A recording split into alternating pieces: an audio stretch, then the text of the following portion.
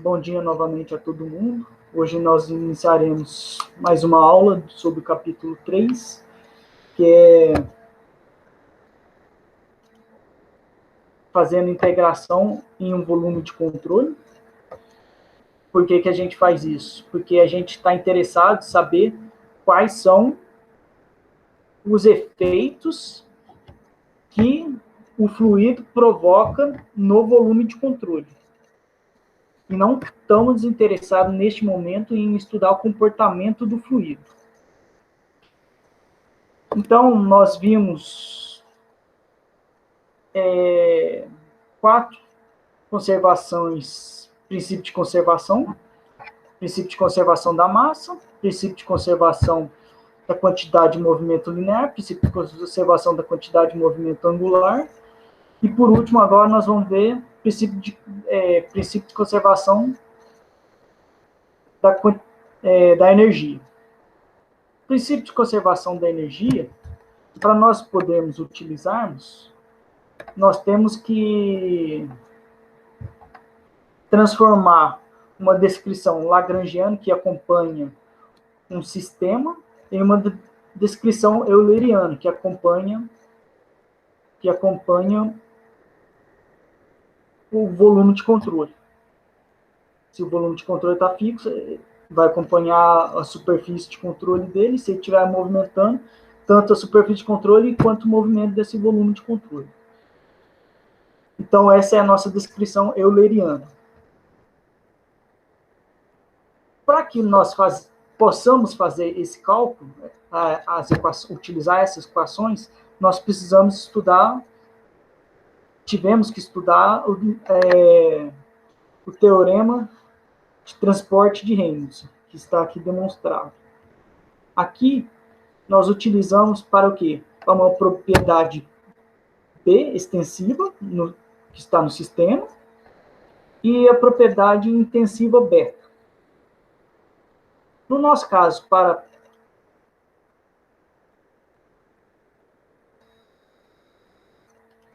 princípio de conservação da energia, o que é a nossa propriedade extensiva?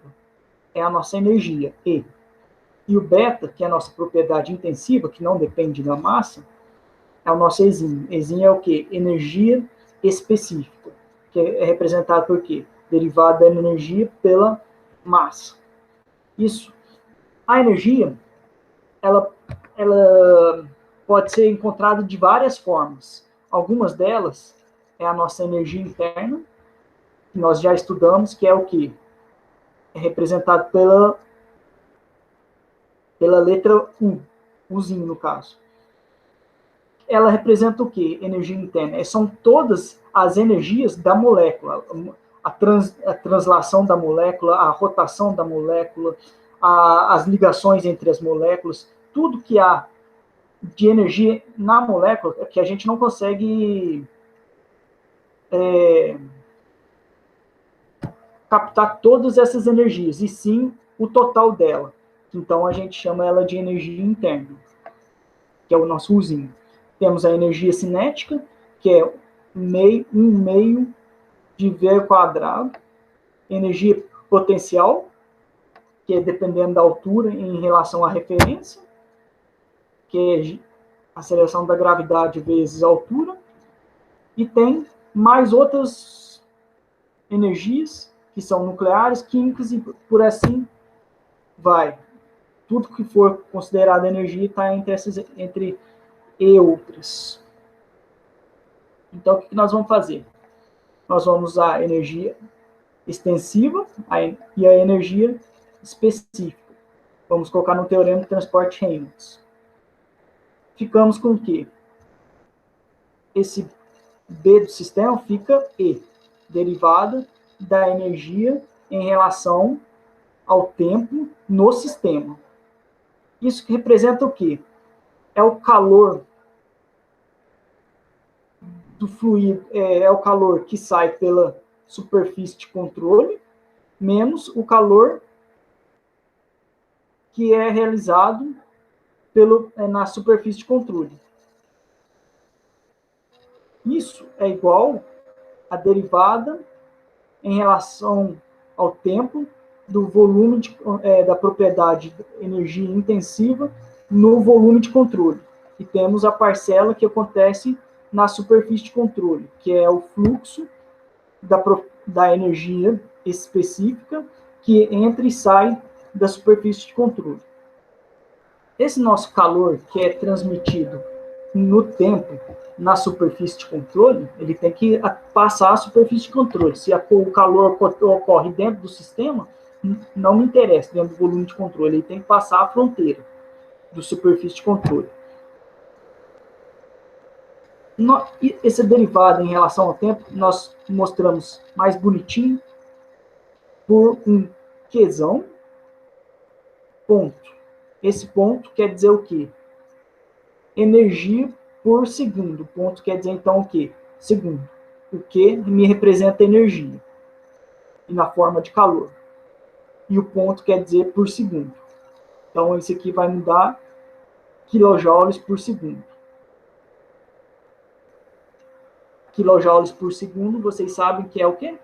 É watt. Ela pode ser dividida, o calor, vocês veem transferência de calor, vocês estão vendo, eu acho que com Carlos Engel, que ela pode ser dividida em 3 parcelas. Calor através de condução, calor através de convecção e calor através de radiação. Onde vocês vão ver mais eu falar sobre calor é aqui, divisões de calor. Para a gente, nós queremos saber o total dela. Então, como você encontra cada um desses calores, isso vai ficar em transferência de calor para vocês encontrarem. Para mim, eu estou interessado em saber o total, que é o Q ponto. E temos a parcela de trabalho em relação ao tempo, que me dá W ponto, quilojoules por segundo, ou joules por segundo, que isso aqui é o quê? É watt. Eu tenho também, como calor, várias formas de trabalho. Trabalho no eixo, que é realizado que o fluido realiza em uma máquina. O trabalho de pressão e o trabalho de tensão viscosa, que é o quê? Que a trabalho de pressão é a força que age na superfície de controle. E trabalho de tensão viscosa, é a força viscosa que age sobre a superfície de controle. Isso aqui, como é da máquina, trabalho de eixo é da máquina, está relacionado com a parte estrutural, sólida. O que nos interessa é o quê? Essa parcela aqui. Trabalho que o fluido exerce. Trabalho de pressão e trabalho de tensão viscosa. Aqui está sendo demonstrado como é que é representado pressão, porque eu coloquei aqui, né, na verdade, está em minúsculo, eu coloquei pressão e tensão viscosa, para vocês verem na primeira vez, mas ela é representada por um Pzinho e eu acho que esse símbolo grego é naba, se eu não me engano. Essas são as representações. Aqui está falando de trabalho, e o que eu acabei de falar atrás, que trabalho de eixo é realizado pela máquina através do superfície de controle. Trabalho de pressão é realizado pelas forças de pressão do fluido na superfície de controle. E o trabalho viscoso é realizado pelas tensões viscosas do fluido na superfície de controle. Por quê? Nós estamos interessados em saber aquele trabalho, aquele calor que atravessa a superfície de controle. Se é um trabalho que está desse lado ou do lado dentro do sistema, não nos interessa. É o trabalho que sempre está passando do sistema para a vizinhança ou da vizinhança para o sistema. A gente representa, toda vez que a gente representa o calor entrando, como está a seta, entrando da vizinhança para o sistema, é um sinal positivo. E o calor saindo do sistema para a vizinhança é um sinal negativo. Agora, um sistema, quando realiza trabalho, ele então sai para a vizinhança. Quando ele realiza, ele é um sinal positivo. E quando ele recebe trabalho, ele está entrando no sistema, porque ele está recebendo energia na forma de trabalho, para ele realizar alguma coisa, para ele realizar trabalho. Então, ele tem sinal negativo. Tudo bem até aí?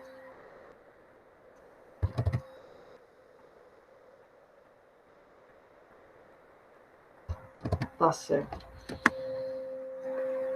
Então, o trabalho de eixo, nós não vamos mexer nele, vamos deixar como trabalho de eixo. Mas trabalho de pressão, que é realizado pelas forças de pressões na vizinhança, de um fluido na vizinhança, representado pela integral na superfície de controle, é que nos interessa, é o que está entrando, é que está saindo ou entrando, pressão vezes velocidade escalar unitário da área dA.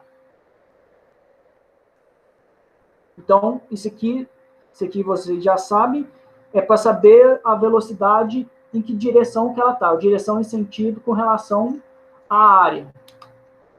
A área que é sempre aponta para fora da superfície de controle. E o trabalho viscoso, a gente tem que é uma integral de superfície de controle da tensão viscosa escalar a velocidade em relação à área. Então, quando a gente considera uma superfície sólida, o trabalho viscoso é igual a zero. Por quê? Nesse local, o fluido não se movimenta. Por causa do quê? Por causa da condição de aderência. Quando ele está em contato com o sólido, a condição de aderência diz que ele não se movimenta com relação ao sólido. Não tem velocidade ali. Então, estão uma condição de aderência. Então, temos velocidade igual a zero, ou seja, nós não temos trabalho viscoso. O próximo é superfície de uma máquina. O trabalho viscoso quando trabalhamos em uma máquina, ele é considerado no trabalho de eixo. Então, a gente nem considera o trabalho viscoso em relação quando tem o trabalho do eixo. A gente já considera o trabalho do eixo. Por causa que ele está levado em consideração, sempre levado em consideração. E um local onde que ele é levado, onde que nós precisamos ser analisado, quando a gente tem a superfície de corrente, que são o quê? As linhas de corrente, nós temos essas linhas de corrente, vai formar o quê? Uma superfície de corrente, que está sendo apresentado como um cilindro. Isso é o quê? O cilindro está passando várias linhas de corrente dentro dela. Ali dentro dela, você tem várias velocidades. Então, tem que ser considerado meu trabalho viscoso. Bom, agora a gente vai pegar o princípio de conservação da energia. Esse princípio de conservação da energia aqui escrito. O que nós vamos fazer primeiro? Aqui, a gente vai usar o termo Q ponto. Aqui é Q ponto menos W ponto, para ficar mais apresentável.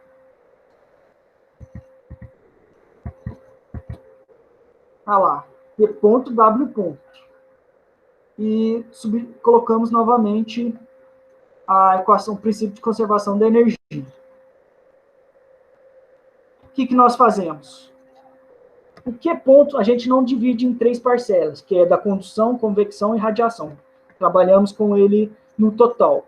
Aqui, Q ponto. Mas o trabalho a gente divide em 3. Trabalho de eixo, trabalho viscoso E qual que é o outro trabalho que está faltando? O trabalho de pressão, que foi já jogado para a superfície de controle, por causa que ela não é trabalho de pressão, né? Superfície de controle P, V escalar NDA. Então, ela já está sendo, se vocês observarem, essa parcela aqui, ó. Entendeu? É P dividido por Rho. Se multiplicar por Rho, eu fico com o meu trabalho de pressão, por causa que é V escalar NDA. Então, por isso que eu tenho que dividir por P. Por Rho, me desculpa. Por Rho. Eu fico P dividido por Rho. Então, o que eu tenho? A energia, como foi mostrado para vocês, é energia interna mais energia cinética mais energia potencial. Isso é minha energia específica. Onde que eu vou substituir? Aqui, na minha energia específica, que está aqui mostrado para vocês. E vou jogar aqui também, por causa que eu tenho esse Ezinho aqui, ó. Então, vou jogar aqui. E aqui é o meu trabalho de pressão do fluido. Sabemos lá de fenômenos de transporte de substâncias, segundo capítulo de substâncias puras, que H, quando a gente trabalha em volume de controle, entalpia é igual a energia interna mais PV. Vocês aprenderam mais PV. PV, o PNI, na verdade. NI é o quê? É volume específico, que é igual a 1 sobre massa específica, que fica, então, com essa parcela aqui. Ou seja, o H é igual a U mais P, pô, tá aqui, ó, que é meu U, é a minha primeira e a minha quarta parcela, meu quarto termo. Primeiro termo e quarto termo, que está dentro de superfície de controle. Ou seja, se nós só analisarmos esse termo de superfície de controle, o que nós ficaremos? Para que tenha entrada e saída, nós obtemos o quê? Sabemos que ele tem só entrada e saída.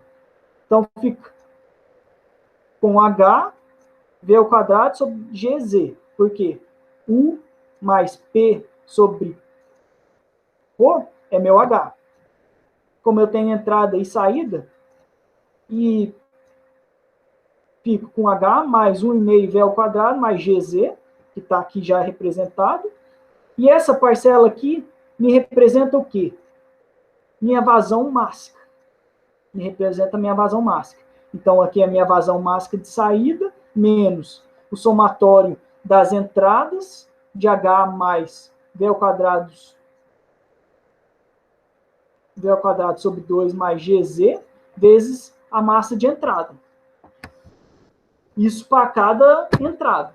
Você tem uma massa diferente, vazão mássica diferente. Mesma coisa que acontece para a vazão mássica na saída.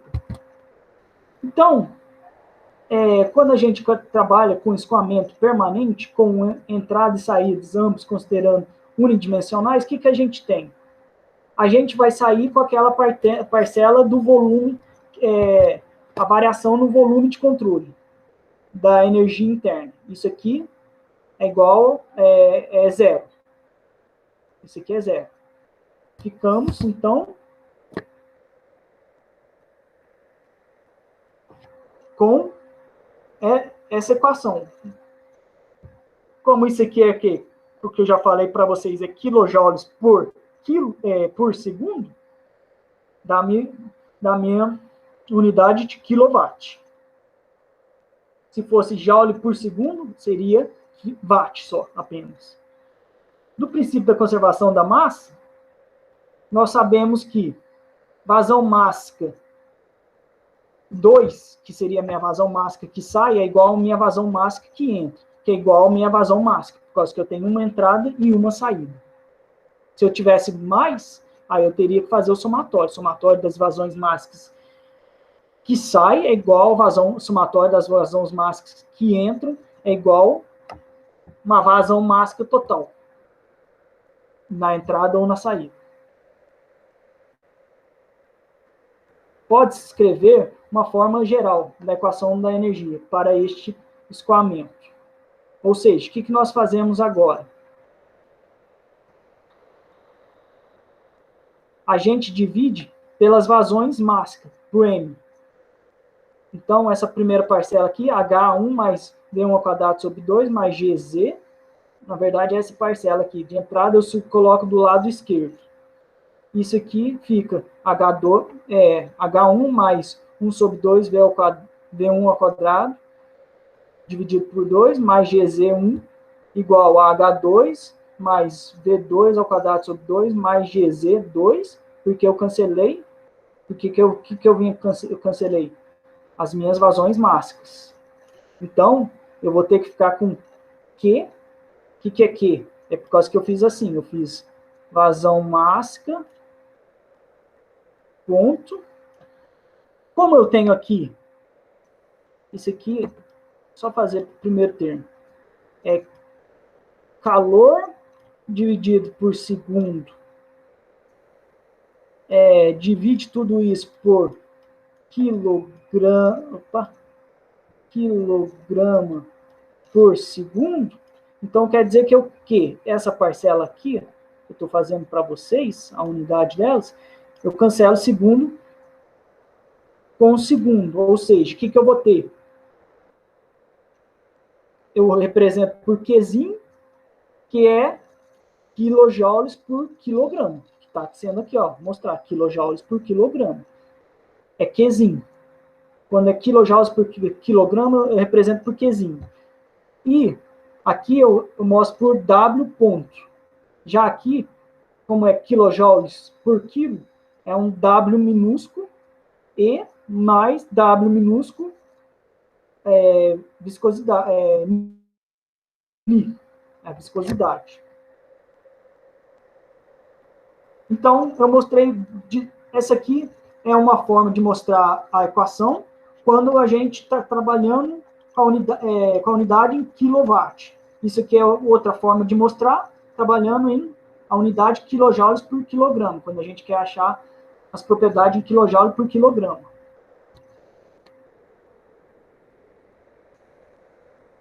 Eu não sei se eu cheguei a falar, isso aqui é meu calor específico, representa calor específico, e o W minúsculo, representa trabalho específico. Os dois são em quilojoules por quilograma, porque cada termo tem que ser quilojoules por quilograma, porque essa equação tem semelhança nas unidades. E o que é entalpia de estagnação em um volume de controle? Entalpia de estagnação em um volume de controle é o somatório das energias que ela tem ou na entrada ou na saída, ou montante ou ajusante. Ou seja, aqui, H1 mais V1 ao quadrado sobre 2 mais GZ1, isso aqui é minha entalpia de estagnação na entrada. É o quê? Igual a minha entalpia de estagnação, o quê? Na saída. H2, que seria essa aqui, essa parcela aqui. Menos o quê?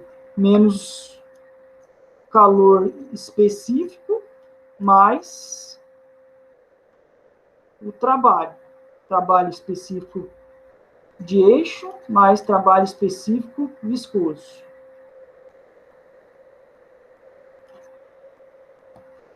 Isso que representa minha entalpia de estagnação. Ele quer saber quanto que ele tem.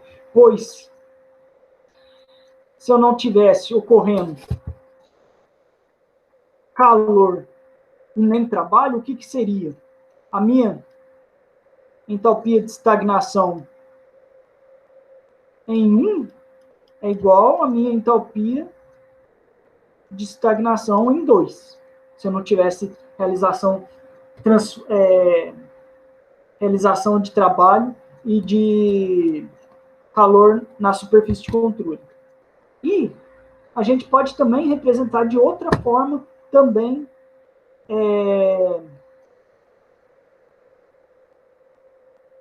a equação da energia. Agora, que forma que é essa? Quando a unidade a gente quer em metro, que também é muito utilizado quando a gente faz ensaios. Então, a gente divide por aceleração da gravidade. Aqui foi... Isso aqui é o quê? Minha entalpia. Isso aqui é entalpia em 1. Entalpia 1 mais V1 ao quadrado sobre 2G mais E1. Isso aqui vocês já viram que é aqui, daqui de trás.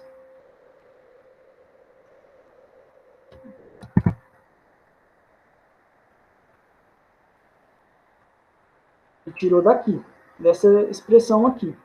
Ele dividiu tudo por G. Todas as expressões dessa equação aqui mostrada por G. Assim, chegando, aqui eu tenho, e essa equação aqui de cima. Observamos que μ é o quê? Esse aqui é minha volume específico, que é a mesma coisa que 1 sobre massa específica. Aqui só modifiquei mostrando que massa específica aqui embaixo e tirei o volume específico. Apenas isso que eu fiz. Então, aqui eu tenho a minha entrada. Essa aqui é a minha parcela de entrada. Essa aqui é a minha parcela da energia que sai. Isso aqui é tudo isso aqui. Isso aqui é o calor que você perde ou ganha na fronteira.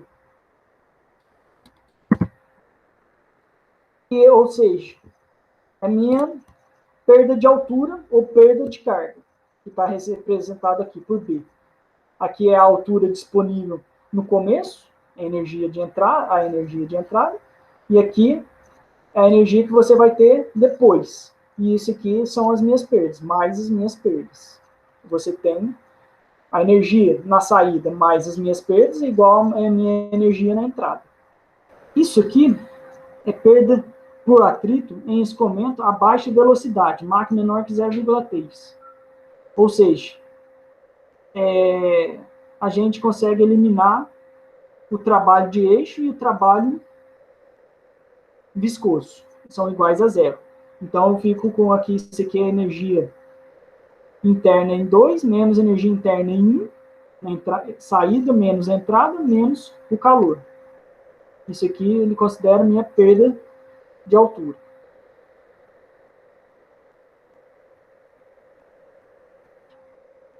Mach menor que 0,3 é o quê? É escoamento laminar.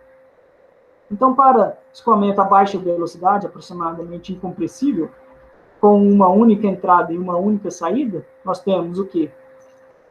Essa parcela aqui, entrada, aqui mostrada saída. Isso aqui é representado, esse B é meu H de perdas. Agora eu tenho o quê? Se eu tiver uma bomba, ele está recebendo energia. Então, eu tenho que subtrair. Porque seria, se estivesse do lado da entrada, seria positivo. Ele recebe energia, então vai fornecer mais energia para a saída. Isso aqui é H da turbina. Então, é soma, porque você está perdendo energia, realiza energia. Então, é negativo o H de bomba e o H de turbina é positivo.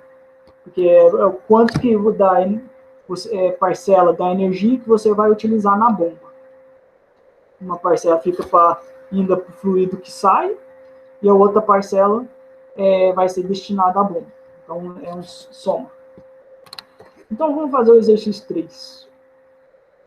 Obter a equação para a potência de eixo requerida pela bomba.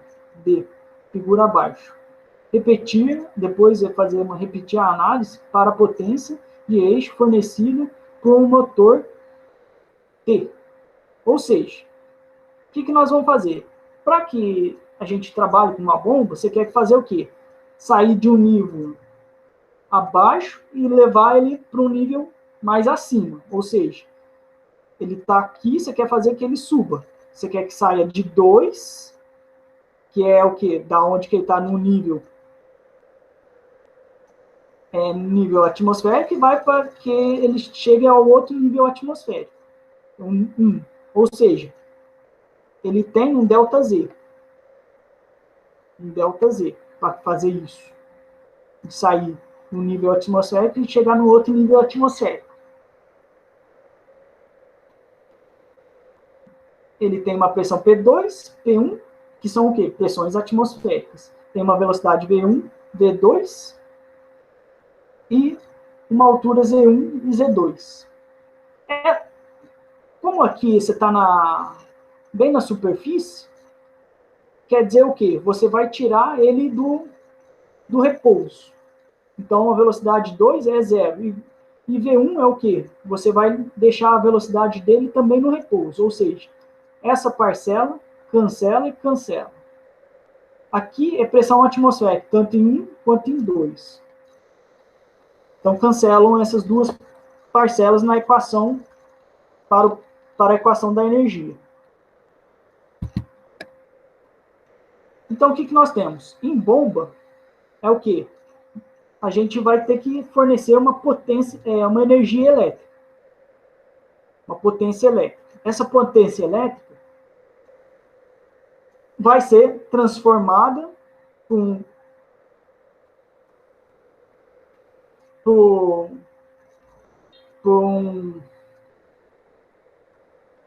uma máquina em potência de eixo. A potência de eixo vai fazer o quê? Vai ser fornecida para a máquina de fluxo. Para a minha máquina de fluxo.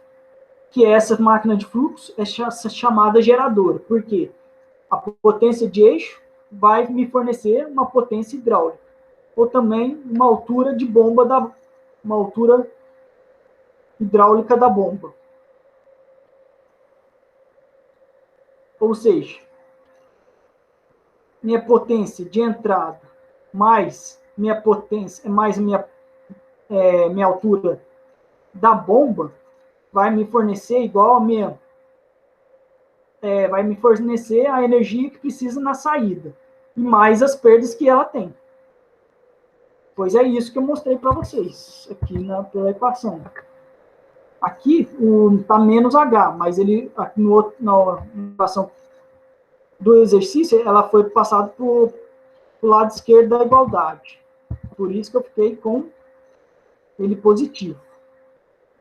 E eu não tenho turbina, então a turbina eu cancelo. Aqui teria também mais H de turbina. Mas como eu não tenho uma turbina no primeiro momento, então eu faço o princípio, a equação da energia fica assim demonstrado. Fica assim demonstrado.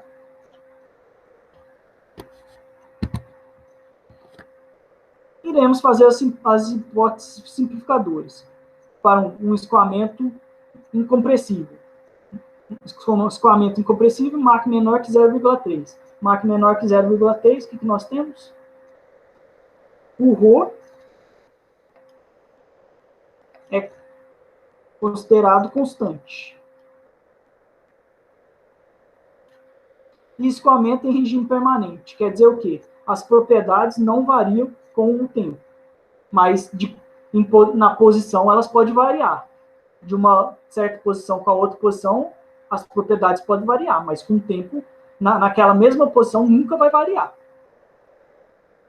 Então, o que eu vou ficar? Como eu já havia falado para vocês, aqui é pressão atmosférica. Com a pressão atmosférica do outro lado, cancela dos dois lados. Aqui a velocidade também. Eu quero tirar do repouso e colocar ela em repouso novamente no outro nível. Então, eu cancelo. Então, fico com o quê? Só Z de entrada com mais com o Z de saída. Rearranjando a expressão, eu fico com H da bomba igual a Z que sai menos Z que entra, mais a altura das perdas, das minhas perdas. Ou seja, a potência hidráulica que a bomba precisa me fornecer é qual? É ρ, G, vezes a vazão volumétrica, vezes o H da bomba. Mas eu tenho uma máquina de fluxo. Essa aqui, minha máquina de fluxo, é uma caixa preta. Vocês vão estudar em máquinas de fluxo, vocês vão estudar essa caixa preta, mas no momento, para nós em mecânica de fluidos, é uma caixa preta. Então a gente quer saber o quê? A potência de eixo. Essa potência de eixo. Essa potência de eixo é o quê? Como ela tem uma certa construção, ela tem um rendimento. É o quê? Então, é potência hidráulica da bomba dividido pelo rendimento da bomba. Ou seja, minha potência de eixo da bomba tem que ser maior que a minha potência hidráulica, pois irá haver perdas na máquina de fluxo. Então, ela vai sempre me entregar uma potência menor do que a de eixo. Eu não coloquei nenhum valor, mas para vocês terem mais a noção, pegar mais a sensação, como é que funciona, como é que você vai achar as coisas. Mas primeiro você tem que, para você, antes de vir achar o H da bomba e o H do eixo, o que você precisa achar? O H da bomba. E o H da bomba, nesse caso nosso, só precisou da altura, mas tem casos que você vai precisar também da velocidade e da pressão. Agora, no nosso segundo caso, ele falou agora para fazer para a turbina. Na turbina, o quê? O que a gente faz? A turbina faz o contrário. Ela faz esse movimento.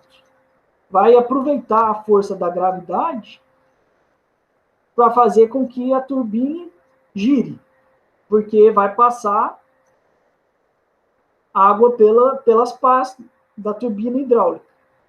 Então, você vai fazer um movimento que gire. Então, não vai ser um movimento que suba, que vai levar de 2 para 1, e sim de 1 para 2.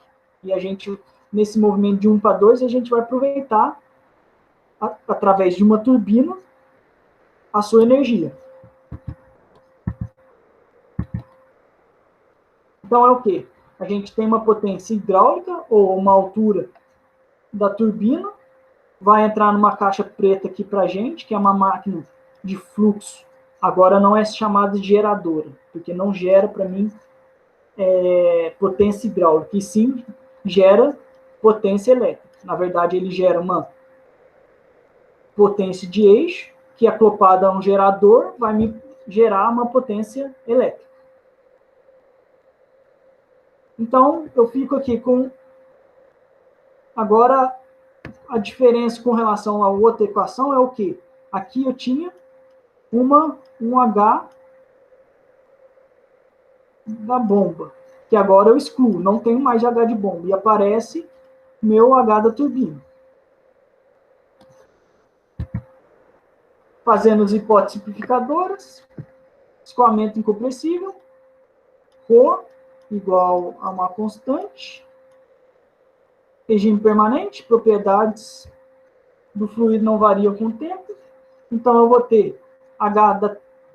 Está errado aqui, turbina, aqui é turbina, depois eu rumo, antes de enviar para vocês, turbina, é igual a Z de entrada, menos Z de saída, menos o H de perdas.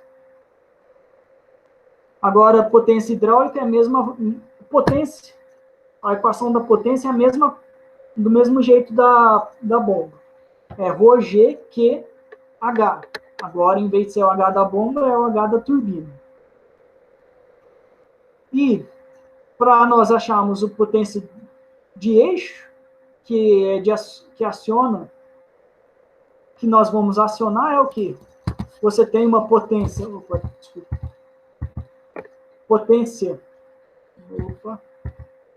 uma potência hidráulica, uma energia hidráulica, você vai passar pela máquina de fluxo motor, ou seja, vai haver perdas. Então, você vai ter uma potência elétrica menor que a potência hidráulica. Ou seja, o rendimento da turbina, cada turbina tem um rendimento por causa da forma que ela foi construída, vezes a potência hidráulica da turbina vai me fornecer a minha potência de eixo da turbina. Fazendo o próximo exercício, exercício 4. Quando a bomba da figura abaixo retira 220 metros cúbicos por hora de água a 20 graus Celsius do reservatório, a perda de carga total por atrito é de 4 metros. Então, ele tem uma perda de carga de 4 metros, e ele tira, é uma bomba, ou seja, ele retira a água que está nesse nível e vai chegar no nível do bocal, é nesse nível aqui do bocal. O escoamento descarrega através de um bocal para a atmosfera. Peraí. Está errado alguma coisa aqui. Calcule a potência da bomba em quilowatt entre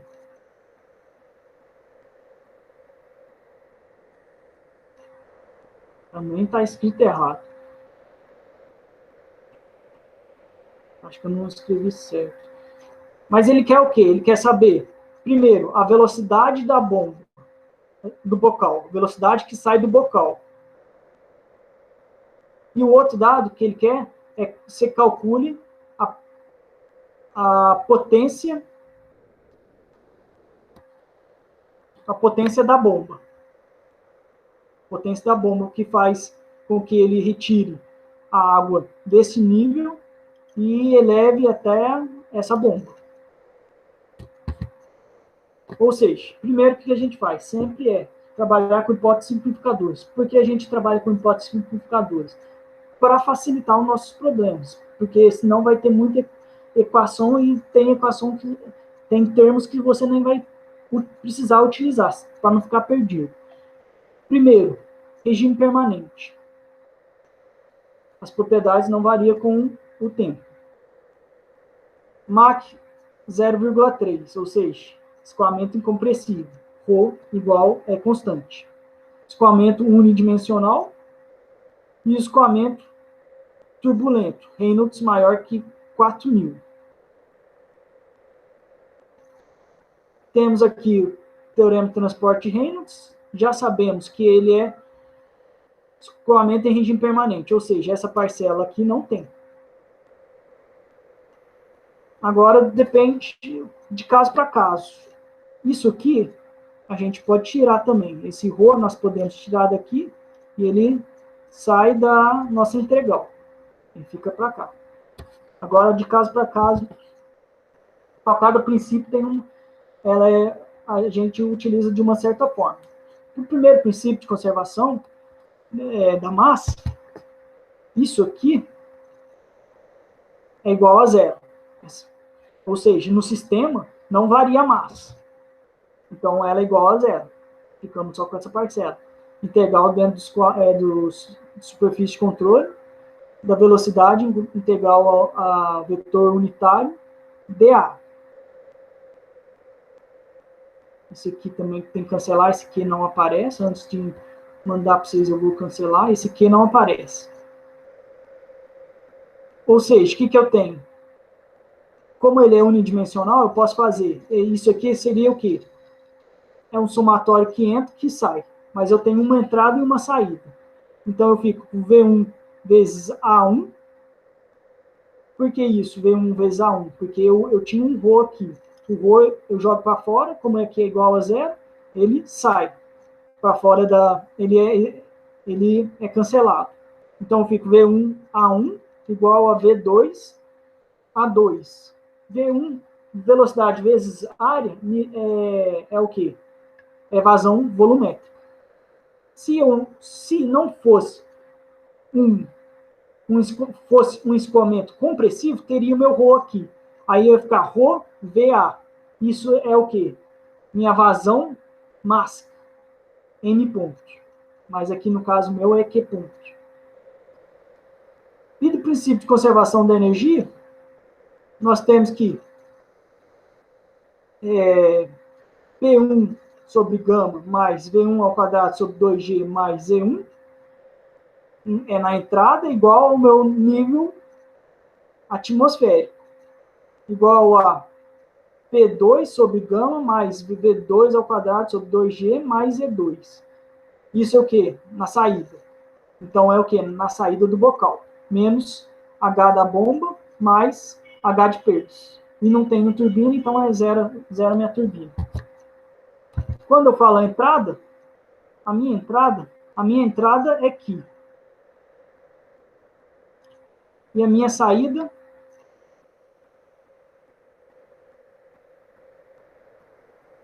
é aqui. Pois a bomba, ele só vai começar a puxar daqui, entendeu?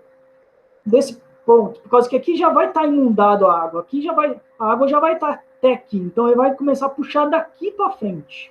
Não vai puxar da entrada do bocal da bomba. E sim desse ponto. Desse ponto, por causa que na hora que você colocar a bomba, já vai iniciar daqui. Então ele vai puxar daqui até a saída do bocal, do outro lado da bomba. Então, vamos para frente. Fazendo a aplicação, nós temos o quê? Eu falei da vazão volumétrica para vocês, no exercício fala que é 220 metros cúbicos por hora. A gente vai passar isso para metro cúbico por segundo, para o sistema internacional. Então, uma hora representa 3.600 segundos. Corta hora com hora, o que eu tenho? Metro cúbico por segundo. Então, eu divido 2.200 por 3.600. Fico com 0,0611 metros cúbicos por segundo. Sabemos que a vazão volumétrica é igual a velocidade vezes área. Então, aqui, minha velocidade no bocal, que eu quero saber, vezes a área do bocal que eu tenho. Minha área do bocal, que é de 5 centímetros. Então, é 0,05 metros ao cubo sobre 4. Vai me dar uma velocidade do bocal de mais ou menos 31,12 metros por segundo. Essa é a minha velocidade do bocal. Agora ele quer saber o H da bomba, a potência da bomba, a altura da bomba. A altura da bomba, ela é o quê? Se eu for isolar a bomba, fica P ao quadrado menos P1 sobre gama, mais V ao quadrado sobre 2, menos V1 ao quadrado sobre 2G, mais Z2 menos Z1, mais H de perdas. Lembrar que 2 é minha saída e 1 é minha entrada. Então, o que eu tenho? Como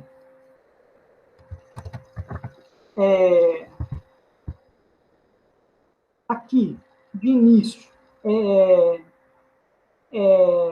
pressão atmosférica, e eu tenho aqui também pressão atmosférica, as minhas pressões podem ser canceladas.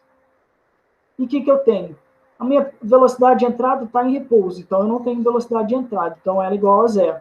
Então eu só tenho velocidade na saída. Mais Z2, por causa que a gente tem a minha referência é o quê? Eu trabalho com a minha referência aqui, então, ou seja, é zero. A altura dele é 2 metros, desse ponto, Z1, de Z1 até Z2.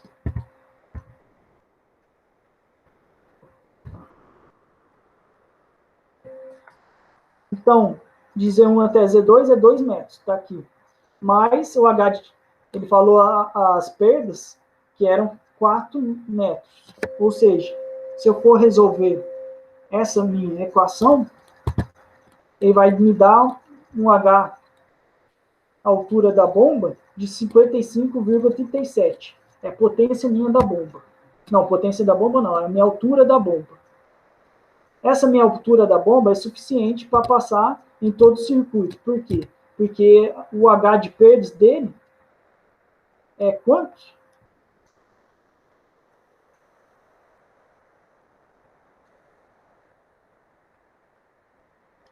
Era de 4 metros.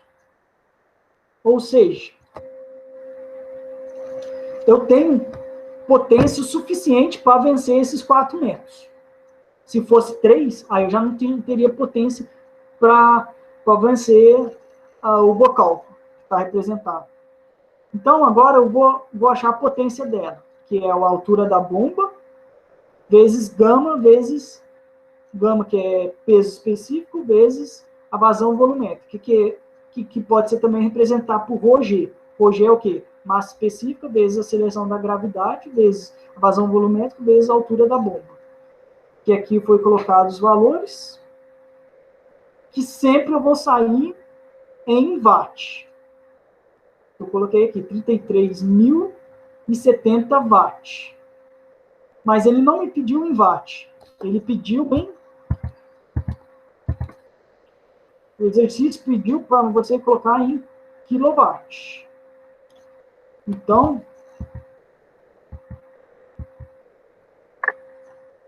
potência hidráulica dela é só dividir por 1.000, você acha em quilowatt. 33 quilowatt. 33,07 quilowatt.